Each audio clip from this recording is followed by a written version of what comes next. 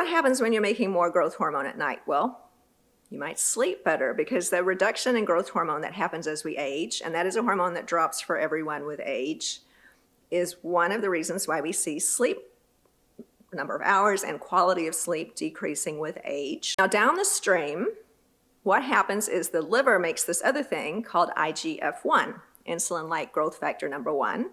And IGF-1 is actually the molecule that does all these wonderful things. So if you're wondering if this stuff is working, you could measure your IGF-1 at baseline and then pick your time, 4 to 6 weeks later, measure your IGF-1 again, and if it's going up, then we know something's happening.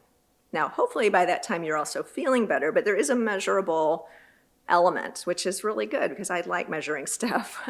I want to know, is this stuff working? And so if your IGF-1 is going up, yes, it is. Now, why can't you just measure growth hormone? Because it's mostly produced at night and in little pulses. So if you just draw it in the morning on a random time, you're not going to see anything relevant. So we don't ever measure growth hormone, or we shouldn't, in a single measurement. It's kind of irrelevant. When growth hormone's measured in studies, it typically would be like in a sleep lab where you're having your blood drawn lots of times during the night and you catch it that way. Now, another thing you might see is that Somarulin is sometimes mixed with another compound called glycine. Now, glycine is simply an amino acid that enhances the effect of Somarulin. So glycine independently can increase growth hormone a little bit. Also might help a pathway further down the road, something called somatostatin that can block the effect of growth hormone.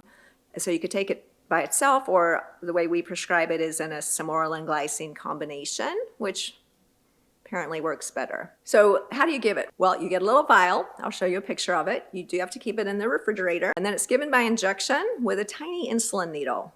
Teeny, tiny, tiny, under the skin at night and possibly in the morning. Okay, so I see this is getting more difficult, right? Now, even more so, the injection at night, which is the primary one because that obviously increases growth hormone very quickly, and so we want growth hormone to be elevated at night to help with sleep. So eat your dinner, no other calories, do this at bedtime, because if your insulin is elevated by having eaten, it will blunt the effect of this stuff.